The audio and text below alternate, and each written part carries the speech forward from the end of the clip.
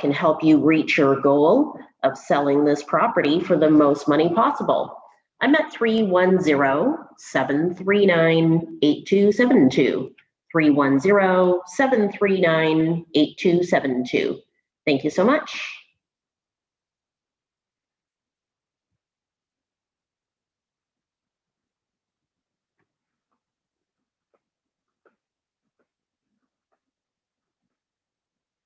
Your call has been forwarded to...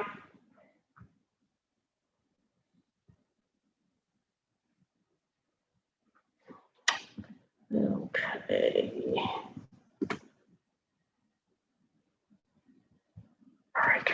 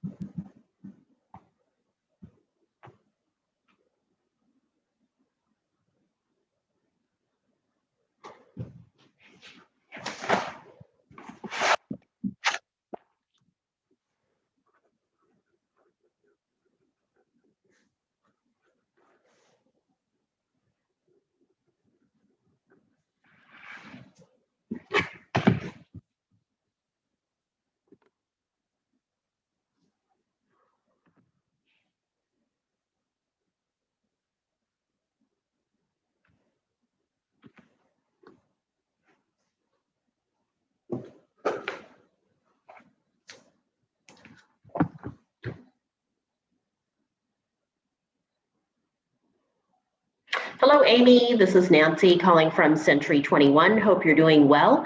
Just wanted to see if you are still interested in discussing what your property on First Street can sell for in this hot market that we're experiencing. We can set an appointment on the phone, on Zoom, or I can meet with you in person sometime tomorrow afternoon, perhaps 3 or 4 o'clock. And I can share with you what other sellers are doing in this market to facilitate a smooth and seamless transaction and get the most money possible. I'm at 310-739-8272. 310-739-8272. Thank you so much.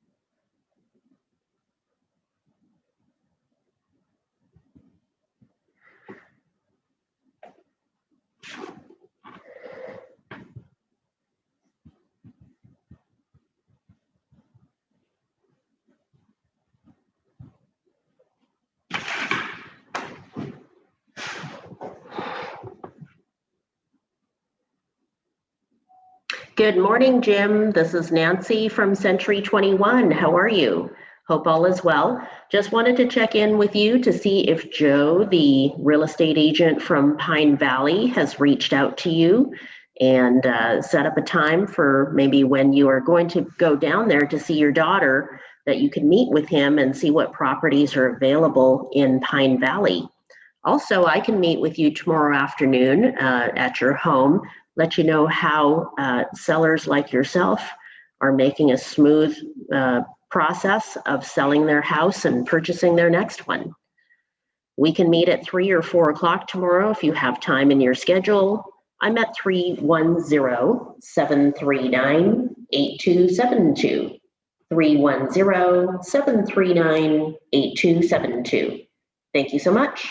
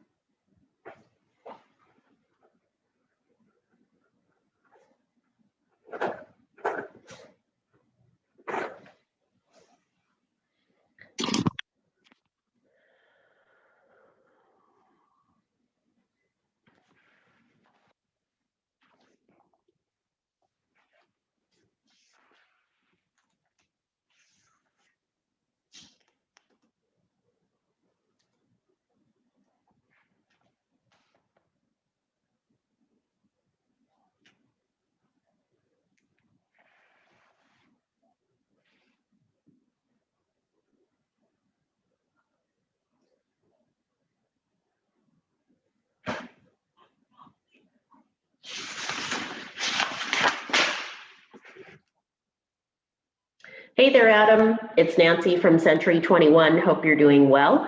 Just wanted to check in with you, see what I can do for you to facilitate your sale of your Irvine property. And if you're still planning on selling the property, or if you've decided to keep it after all, please give me a call at 310-739-8272. 310-739-8272. Thank you so much.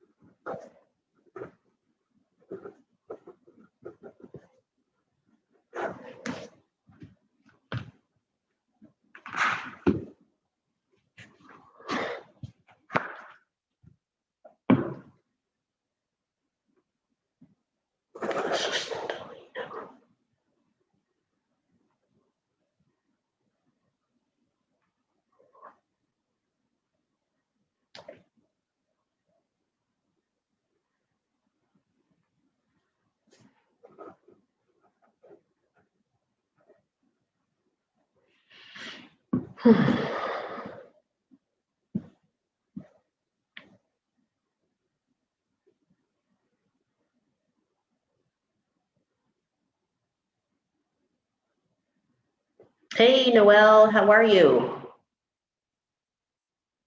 Good, good. I just wanted to check in and have you heard anything new from your Uncle Oscar?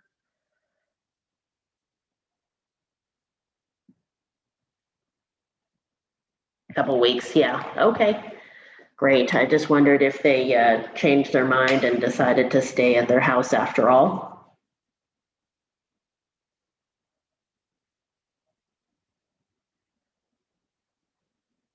Okay, no problem. I was in that area working last week, and so I swung by. It's a really nice neighborhood. Yeah, big houses, windy streets and cul-de-sac. Yeah. All right. I just wanted to check in. Anything I can help you with these days? Okay, good.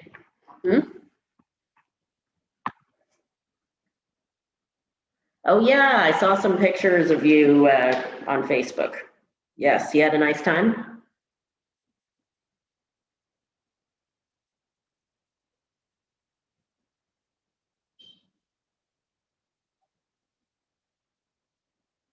Hmm.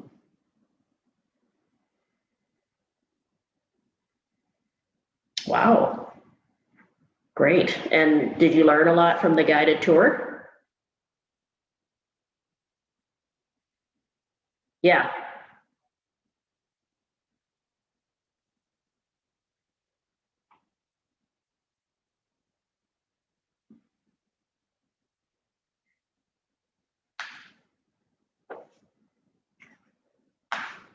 Wow.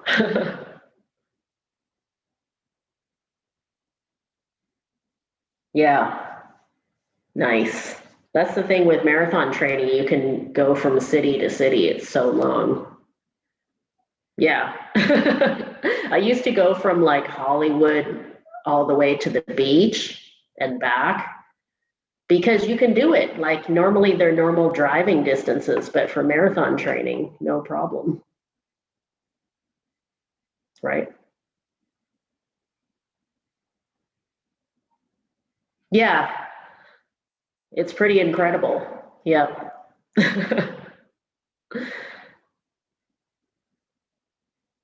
Yes, we had a lot of fun. We actually got some socializing in, which is so refreshing.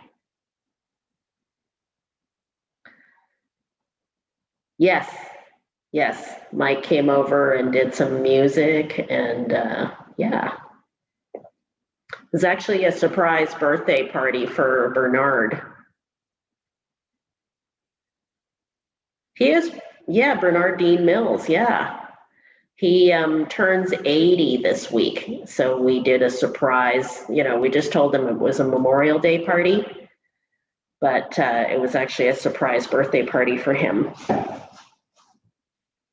Yeah.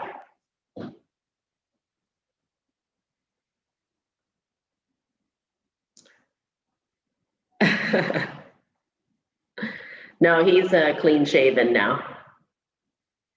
Yeah.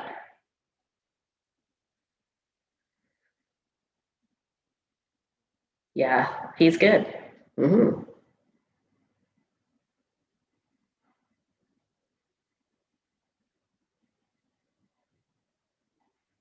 Okay, great. Yeah. No pressure. I just wanted to see if he talked to his daughters and changed their mind or he still wants to downsize.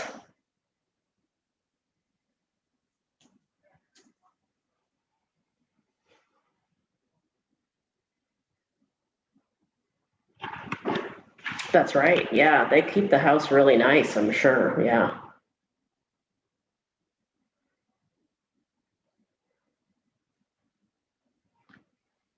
Oh,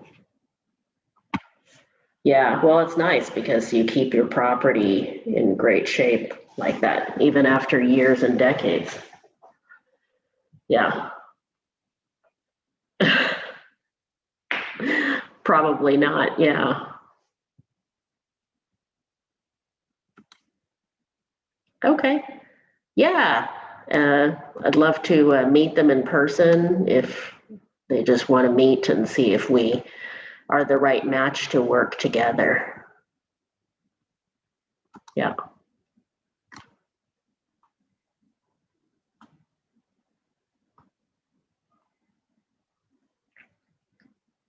Okay.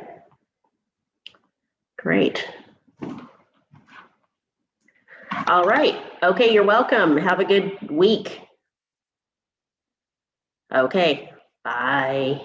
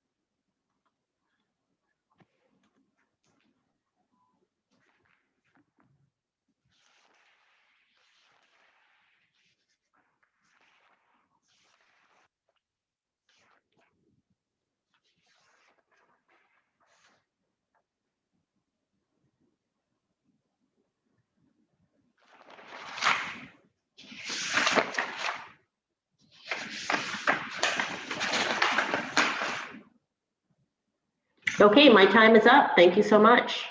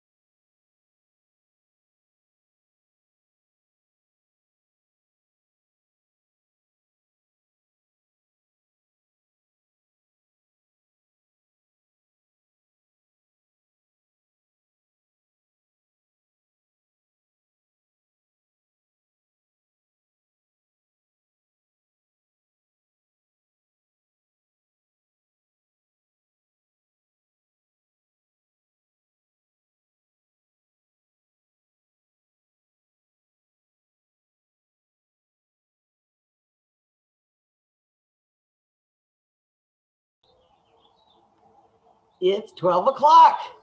Yay.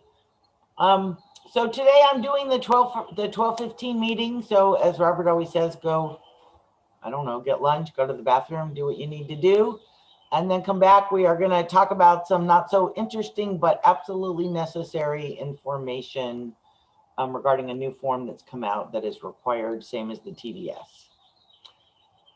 So see you guys at 12:15. Thank you, Cindy.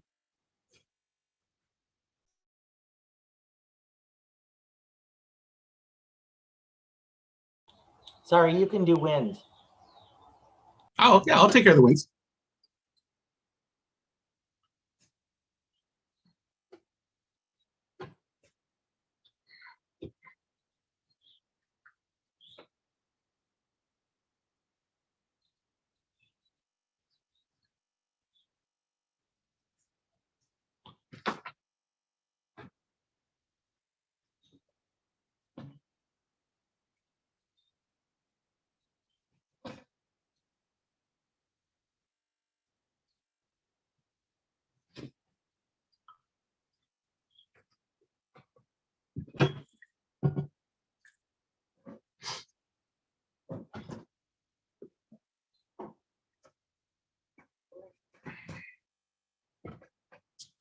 All right, so before Cindy does kick off for us at 12:15, everybody's getting some lunch. Do we have any wins today after the long weekend?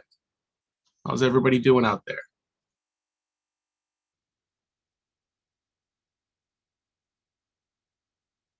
All right. Good stuff.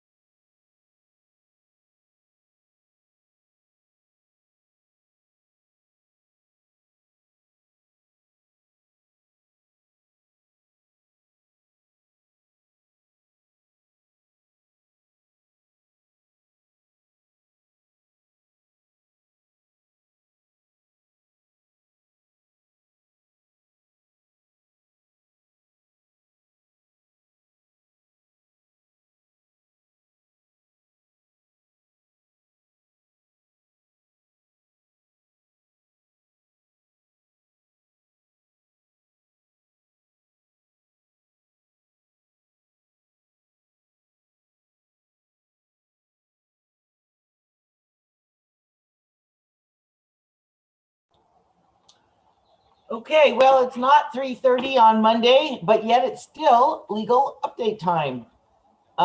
So I asked Robert if I could have a day to go over these new rules with you, because I didn't get my class yesterday, and next Monday we're gonna need to go over all the new forms that came out for June.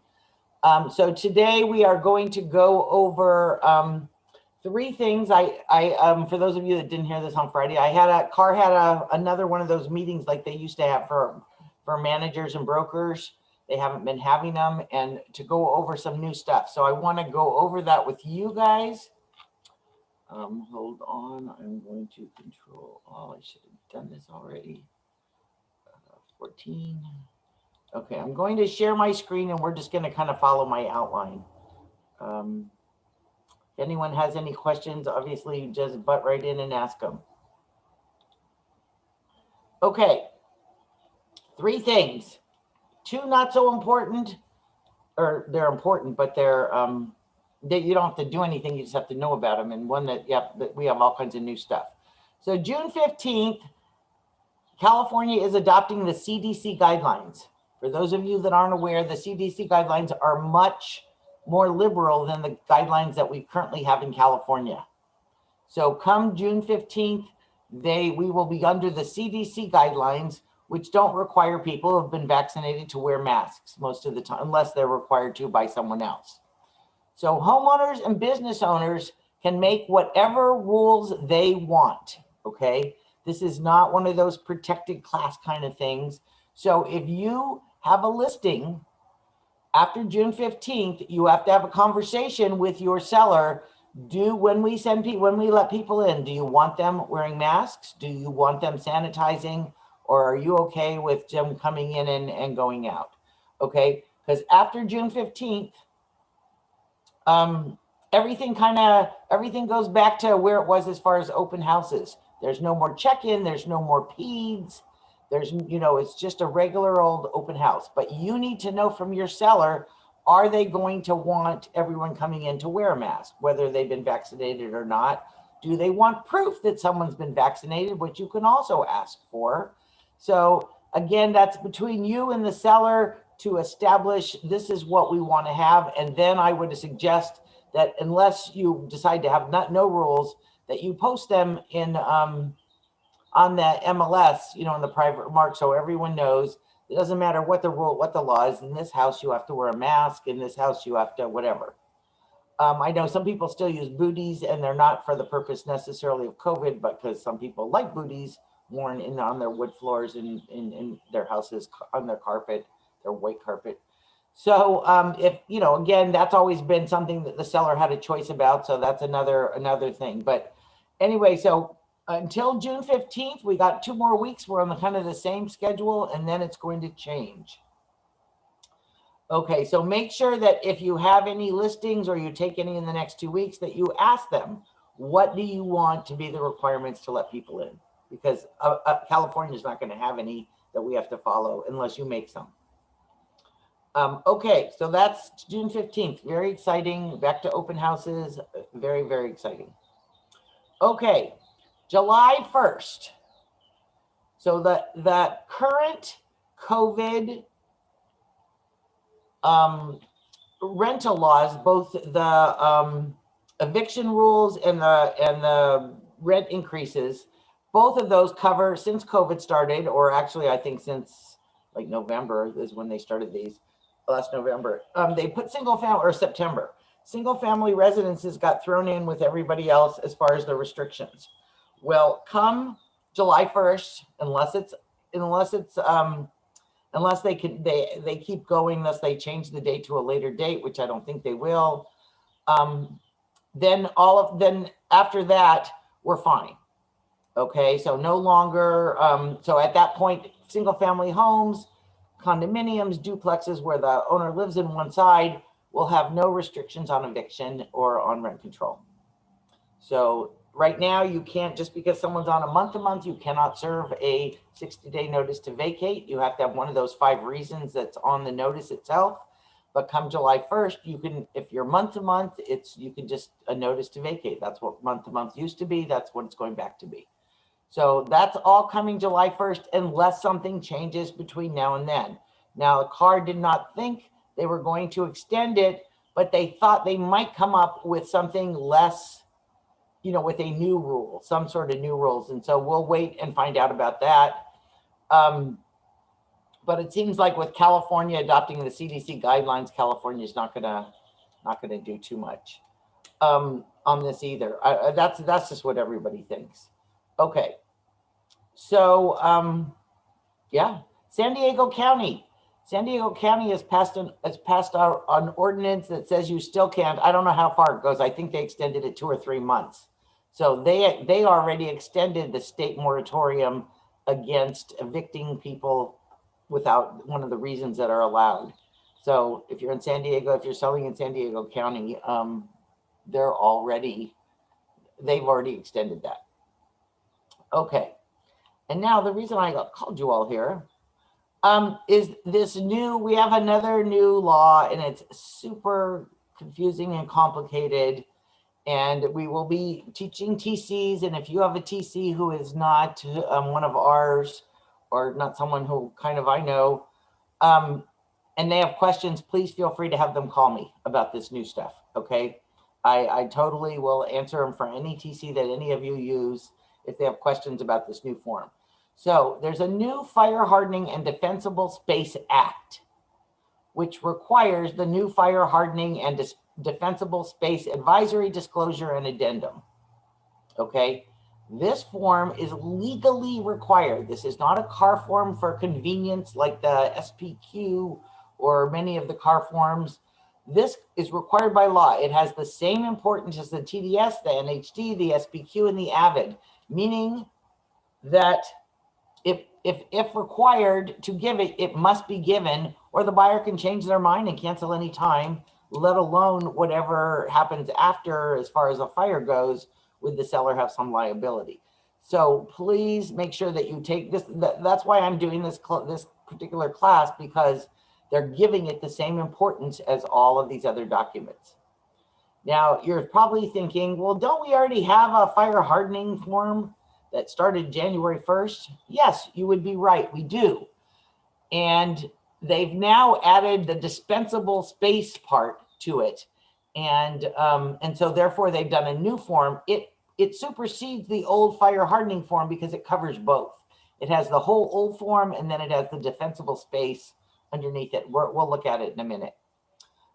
Okay, so important document, not just, maybe if you want to, maybe if you don't. It's one of those documents that the buyer can cancel up till 5 days after they receive it.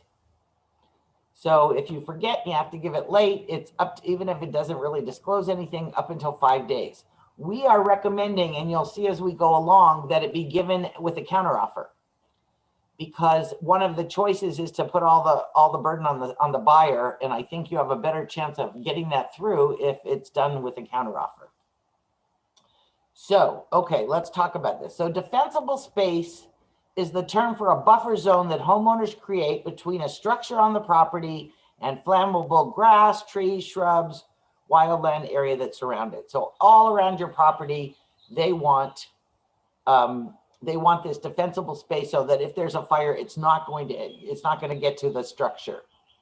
Okay, there are state and local laws that require property owners to maintain defensible space on their property, beginning with files that close on or after July 1st, which is why we're doing this today, because every file you open now that is going to close after July 1st, the sellers will need to provide this advisory disclosure and addendum, and showing that their property is in compliance, or that buyers are required to determine that, not the seller. Okay. So this law covers sales of 1 to 4 properties, no leases, no 5 units, no commercial, 1 to 4 properties, condominiums, manufactured homes. Okay. Where the property is located in a high or very high fire severity zone. Okay. So again, just like the old rules, the document we already had, the fire hardening, which is only required if it's in a high or very high fire zone, so is this one. Now the home hardening part is not required if the house was built after 2010. That is not the same rule with the defensible space part. So if you have a property that was built in 2010 or later, you can skip the top portion on the home hardening, but you still have to fill out the defensible space portion. Okay. When the TDS is required, if you have a seller that is exempt from the TDS, then they are exempt from this document as well.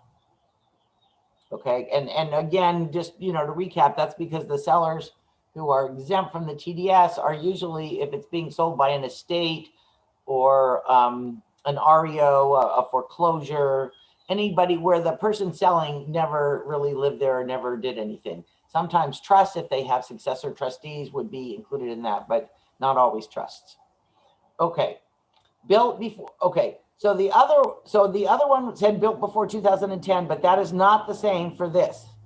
So on this form, the top part is you're exempt if you're built before 2000.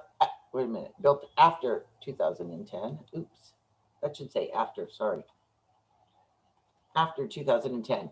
So the top part you wouldn't have to fill out, but you would still have to fill out the bottom part. Okay. So there are 4 ways to comply with this law. And there's only really, well, we'll talk about that. Okay.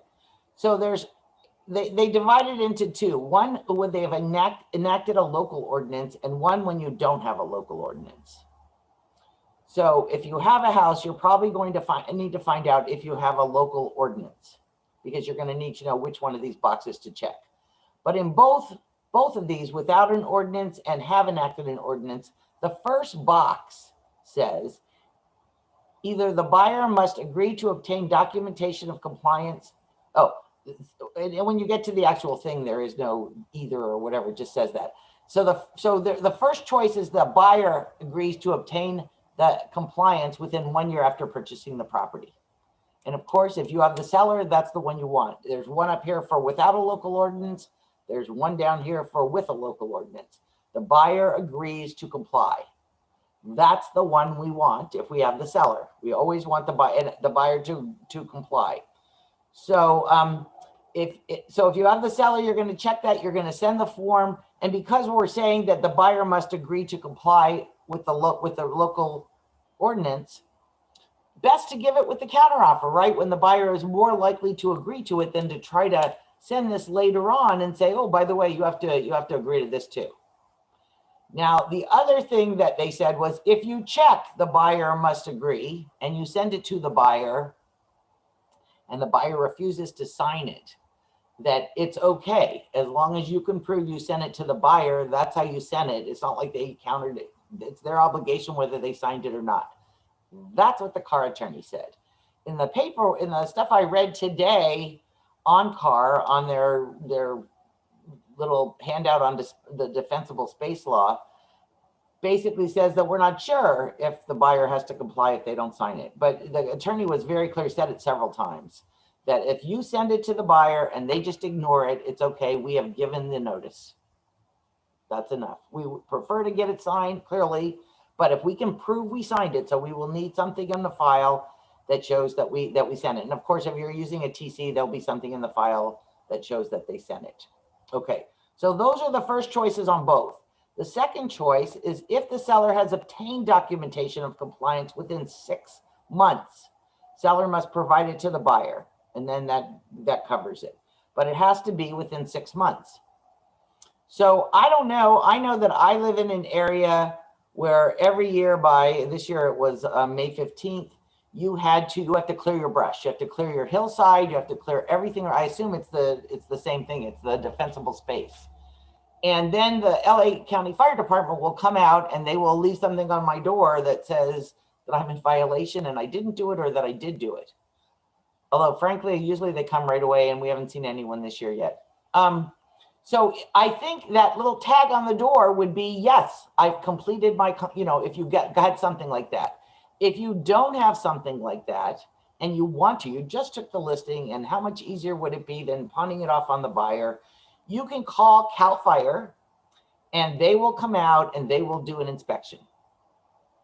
They are, according to CAR, they are gearing up like crazy to answer calls and to do more inspections because they know people are going to be asking, whether it's the buyer or the seller, they're going to be asking for these inspections.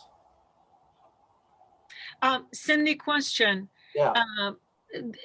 Where does the seller and or buyer need to go to find out about this information?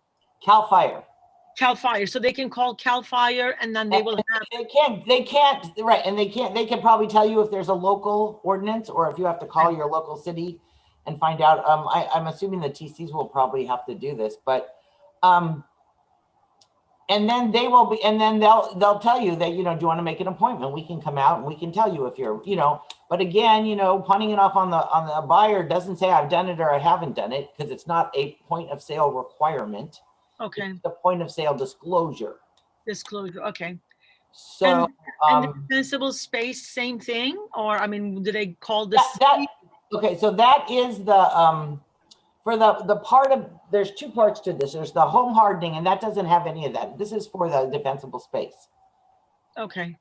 Okay. Thank you. Yeah. Hey, I have a question. Yeah. Can you explain to me exactly what does fire hardening, I'm sorry, I don't know this verbiage, but fire hardening and defensible space, what is that? What's the fire hardening part? And to me, the words don't make sense either, but I know what the questions are and how the form goes. So the fire hardening part is a disclosure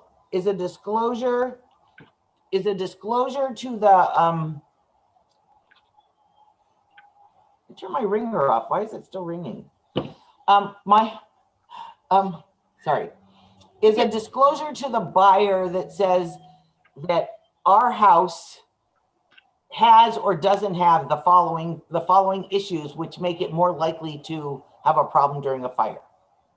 Okay. And you'll see, we send those out they send those out to be signed by the, to be filled out. When we send them out, we send them with each one of those. You could check any box, and sign it. Nobody ever checks the box. The rule on those is if a seller doesn't know if any of these conditions exist, they can just say no. They don't have a duty to find out or to do anything. That's the old rule that we had from January 1st. And that's in this new form. The new rule is because they added the dispensable space part. And that part is having your property cleared within so many feet from your structure. Okay, so the fire hardening is that if you are close to the fire area, is that both of these, in order for it to need anything on here, you need to be in a high or very high fire area. Okay. If you're not, you can skip this altogether. Question though, Cindy, seller most likely won't know until we get the NHD report. Correct. It's in the NHD report. That's why I say get those NHD reports right up front, right? When did we not see a seller have to pay for an NHD, even in this market? Right. So just get that NHD report. And then I learned, because I look at the NHD reports, if I audit a file and there's no home hardening form, I look at the NHD reports. And I didn't really understand quite what I was looking for, but now I do, because they made it very clear that there's two things that every NHD company is required by law to report. Okay, they have to report a very high fire zone and a wildland fire area. Okay. I did not realize that the term wildland fire area is good enough for a high fire zone.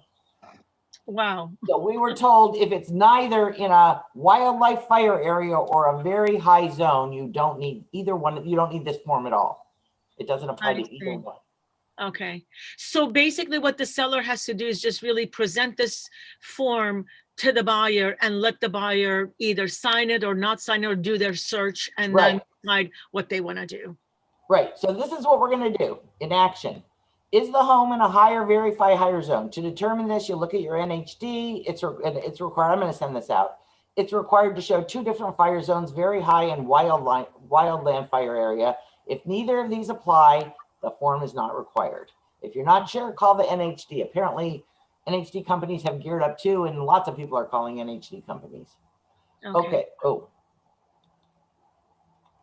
Ask the seller if they have received anything from the fire department in the past 6 months. More than 6 months old, it's no good anyway. Saying that they are in compliance with defensible space. No, of course, the seller's going to go, no, but I haven't received anything. Okay. So we go to number 3. If yes to number 1, it's in a high fire, and no to number 2, they don't have anything, you provide the document to the buyer with the counteroffer so they're less likely to say no. That's my theory. You don't have to give it with the counteroffer. Not required, only suggested. Okay. Okay, and we're going to go back and look at these. I have a couple questions, but let's look at the document for a minute. Okay, go to the front. Okay, so this is the actual document. Fire hardening and defensible space advisory disclosure and addendum. They don't want to miss anything. Okay. It seems advisory disclosure and addendum seem like they're all the same thing, but okay. Okay, so this first part, 1 through 3, is all the old form. The form that we've been using, well, old since January 1st, okay? That's the defensible space. So the home is in a high or very high, okay, or it's not. If it's not, you don't really need to check this because you don't need to use the form at all. Or you could provide it as an advisory form saying it's not, okay? Okay. So these fire hardening vulnerabilities, see this in B 1 through 6, this is what the seller would fill out if they have any of these. And these are all, seller is aware of the following features that may make the home vulnerable to wildfires. Okay, vulnerable, these are all bad things to have. But if the seller doesn't know, they don't have to check it. But if the seller does know, checking it totally protects them. Let's just say they happen to know that they have rain gutters without metal or non-combustible gutter covers, whatever that, and I assume that makes it more whatever. If they know it, check it, because then if somehow there's a fire based on that, the people can't go back and say, hey, you didn't disclose. I don't even know who reads these, but you should definitely, if your seller knows of any of these, you should check them. Not try to say, well, don't check them. I want to make my property look better, because this will protect you a lot and protect your seller. And so, you know, whether they want to or not, but you have to let them know that if you're aware of one of these and you don't check it, you know, you could have some liability down the road. Okay. So now we get to the defensible space requirements. Only if criteria 1A, 2 are met, which are 1. Let's just go back and look at that 1A, 2. Paragraph 4, only for sellers or residents. Okay, 1 to 4 units, nothing. If there's more than 4 units, no. Or commercial, no. Vacant land, obviously, no. Leases, no. If the seller is required to complete a TDS and it's located in a high or very high. So that's when we need to do this bottom part. Okay. So local ordinance or no local ordinance, Defensible Space Act, Full Resources. Okay. So it defaults. There's no local ordinance, buyer shall obtain. Right, notice how there's no checkbox. It defaults to buyer shall do it, to take care of this. Buyer shall obtain documentation of compliance within 1 year of close of escrow. So whether or not there's a local ordinance, yeah, see, they do it a little bit different. This is the one. If there's a local ordinance and you're aware of it, you would check, or no, if there is none, then you check no local ordinance, which also proof of defense seller, which also seller shall deliver. Oh, this one says there's no that we have one, seller to provide proof of compliance. When we don't have that. So we're going to let number 1 be speak for us pretty much every time, not 2, 3, or 4. And that puts the onus. So like we have to kind of talk about this because of course we don't always represent sellers, right? So what happens if you have the buyer and you get this form and of course they've checked the first one that says that the buyer is responsible for getting this information within a year of closing. Again, and I'm going to try, I haven't done it yet, but I will call CAL FIRE. I'm going to try to see if I can find a list of local areas that have local ordinances, like fire ordinances, so that we'll know where we have a local and where we don't. So try to get that information to you. But we still need to start using this form, because if you have a transaction that's going to close after July 1st, we really want to have this form in the transaction. So, again, we're meeting with the TCs tomorrow, and we're going to go over this so that they understand it. So what they normally do, this is my understanding, is they send this out with number 3, so that number 3, you can check any of these boxes if you know, or you can not check them. Okay. And then there will be nothing checked on the bottom because it defaults to number 1, that Spire, you have to take care of this. So I will do a little research. I will find out how much it costs or how much aggravation it takes to get it taken care of, just to have somebody come out and give you a report. Again, maybe sellers don't want to if they're not sure if they comply, right? If you have a lot of brush, you know, around your house, you might not comply. You might not want the fire department to come out and cite you and make you comply. So that could happen. So make sure that, you know, that the buyer is aware that if we do, I mean, the seller, that if we do try to get someone out here, then you're going to have to comply if they find you. I mean, you can kind of look around. I mean, you know, I know that my hillside before we cut it down was 8 feet tall. I mean, it was gorgeous and had little flowers, and now it's ugly, but still it was 8 feet tall and we had to cut it down. So you should be able to tell, you know, around a property is, you know, the grass cut, is the backyard, you know, not overgrown, that kind of stuff. That's what's gonna be okay for this act.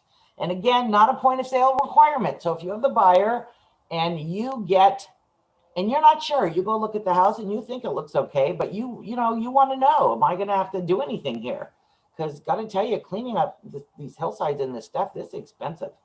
Well, I guess not compared to buying a house, but so you need to, maybe you do it right away. Maybe if you're the buyer's agent, you say, hey, what the heck, let's just get the report right now and find out if there's going to be any cost to having to do anything here. What does this mean, not a point of sale requirement? What did you just say? That means that, you know how they made putting up smoke detectors and CO2 and strapping your water heater? Those are point of sale requirements. They must be done before the close of escrow on any property. Okay, that's a point of sale. You have to do it before you can sell. This law, and we have another one, the pool law, where you have to have two kinds of gates between the house and the pool. Also, you have to disclose if you don't, but you don't have to do it to sell your property. And this is the same thing. It is your seller is not required to get a report to sell their property or to make sure that their property is clean. It's not required. It's only required that you disclose the law and put the onus on the buyer. Someone has to do it. Okay. And so what if the buyer doesn't do it and something happens? Well, if we've sent this notice and they've agreed, then that's the buyer's problem, right? If the fire department comes out to them and says, hey, I see on the public records that this house was sold, a year and a half ago, show me what you did as far as, that's going to be their problem, right? That's why I'm telling you, and we're going to go back to those last 2 questions, which are how you can help them. That's why I'm saying we're going to have to be able to jump in and help the buyer get this report now. So let's just go back to Cindy. Yeah. This only applies to single family, not condos, right? Yes, no, condos too. Single family, condos, mobile homes. Okay, cool. Thanks. Anything with 4 or less units, that you're selling, when you're selling a condo, they consider that, 1 unit. If you're selling the whole building, then it's not, right? Question, Cindy. Yes. On where it says there, the combustible landscaping, like the fake grasses, is that counted so far? I mean, okay. So this part is what the seller's supposed to disclose. Again, they have no duty to fix it. They only have a duty to disclose that they have combustible landscaping within 5 feet of the home. okay. I know I do. I'll check this. Yeah. And I also know I'm not gonna, if you do, you're obviously not going to meet the Defensible Space Ordinance, right? Is that like artificial turf? Yeah, I thought it was. Yeah. Oh, combustible landscaping is artificial turf? That's artificial turf, I'm hearing a lot that it could cause fire, especially once you get Really? Oh, I'm so started glad in I them. didn't do it. It's like, it's I gonna, have a neighbor who did it. It looks so nice all the time. I I know. haven't. That's why I'm asking. Well, So what does maybe it means that 2 mean? things though. Because there's other kinds of combustible landscaping. I mean, when our hillside was 8 feet high, that's combustible landscape. I mean, you know, my Right. neighbor next door who, So it does not apply to a fake grass. Am I correct? no, but I'll look that up, but I don't know that it does. Yeah. Okay.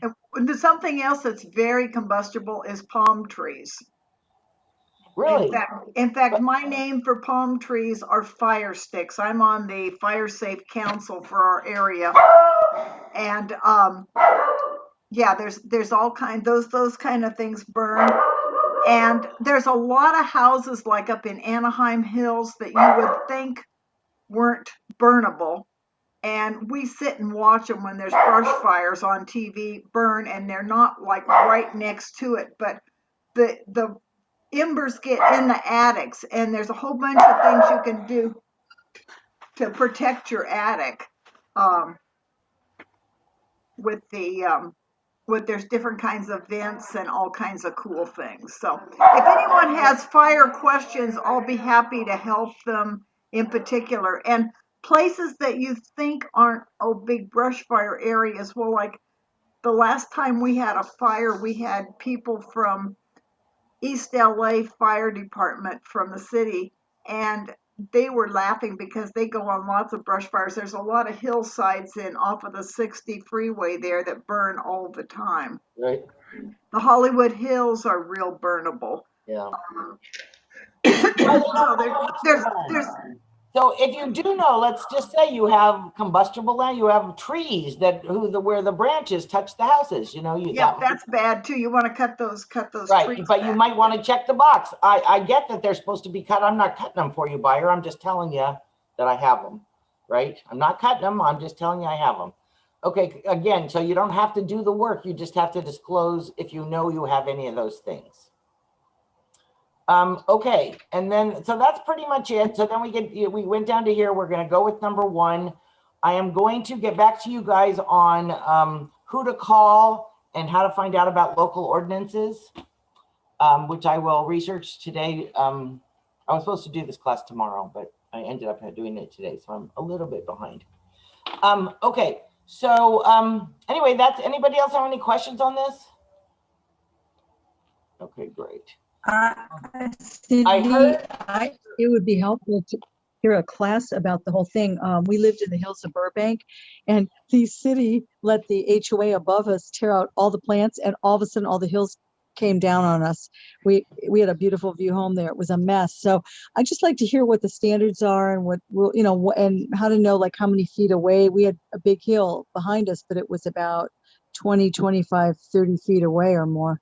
So I just like to know what the rules are. Yep. Okay. What else? We maybe have an NHD expert talk to us about this. Yeah, I was gonna say, wouldn't some of this be on the Someone from an NHD company? I do. Tracy. Yes. I can Let me work on that. also Cindy, is this only LA County? No, this is the state of California. Okay. And there, you know, LA County probably does have their own rules.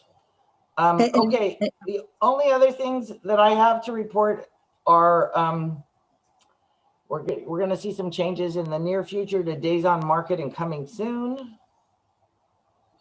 And the new RPA is definitely coming in December. So other than that, that was all the new and different things from CAR.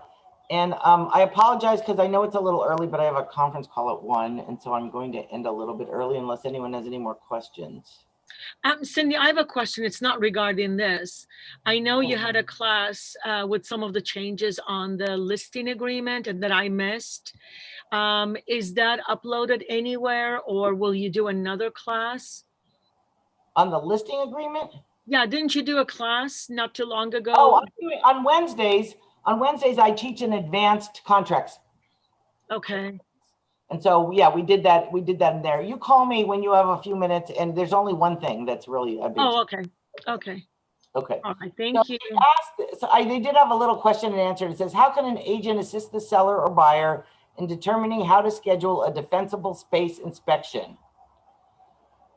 Again, it is not altogether clear whether it is within the scope of the agent or the broker. However, if you did want to, two options.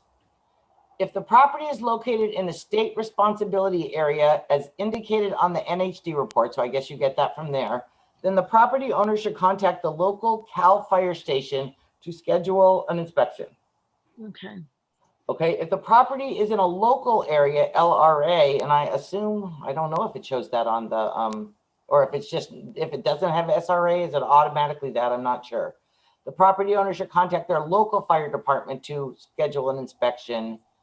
They were finding that a lot of the local departments are not doing inspections, which means that your only choice is to put it on the buyer. They're just not doing inspections right now. Okay, for many locations, website setup can be found by searching online. Okay. Oh well. Okay, the other one is, can you help them determining whether the property is a high or very high? And of course you can. You can look at the NHD, if the box for a very high fire hazard severity zone or box for a wildland area, if either one of those been checked, then it's in high or very high. You can always call your NHD company, or this CAL FIRE made available a fire hazard severity zone viewer. I don't know, somebody asked if they were on that and they could tell, and he said, don't depend on that.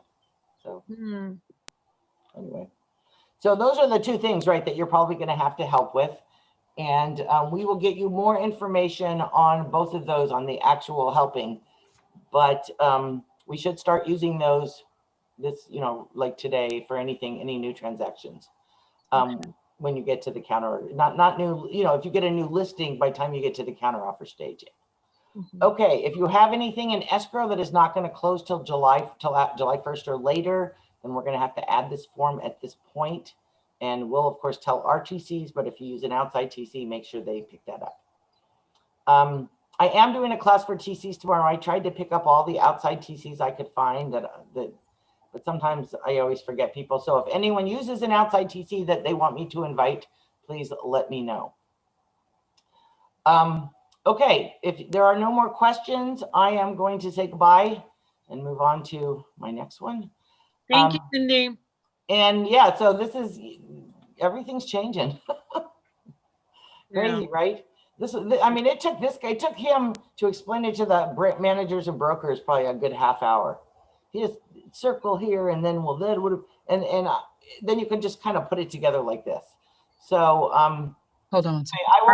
I will be sending this out to everyone as the legal update. So you'll have my notes. Okay, thank you, Cindy. Okay. And you know what, Cindy? you. It might be annoying for us to explain it, but in the long run, this is a really good thing because hopefully it will prevent all the fires. Right. Especially if people find out that their house does not have that defensible space and they start making it happen. Correct. Yeah. If they're not like me, where somebody comes and checks. Yeah. Okay. Yeah. No, I mean, we have a fire problem in California, right? A lot of the houses we sell, I'd say a great majority are not in a high fire zone or a very high fire zone. We sell, I noticed because I look at a lot of NHDs, we sell a lot of houses in fault zones and in other kinds of zones, but not in high fire. I mean, very, very few that I've seen so far. So keep your eye peeled. Okay, thank you all. And have a nice rest of the day. And if you need me, I'll still be here. Thank you, Cindy. Thank you, Thank you. Thank you. Thank you. Bye.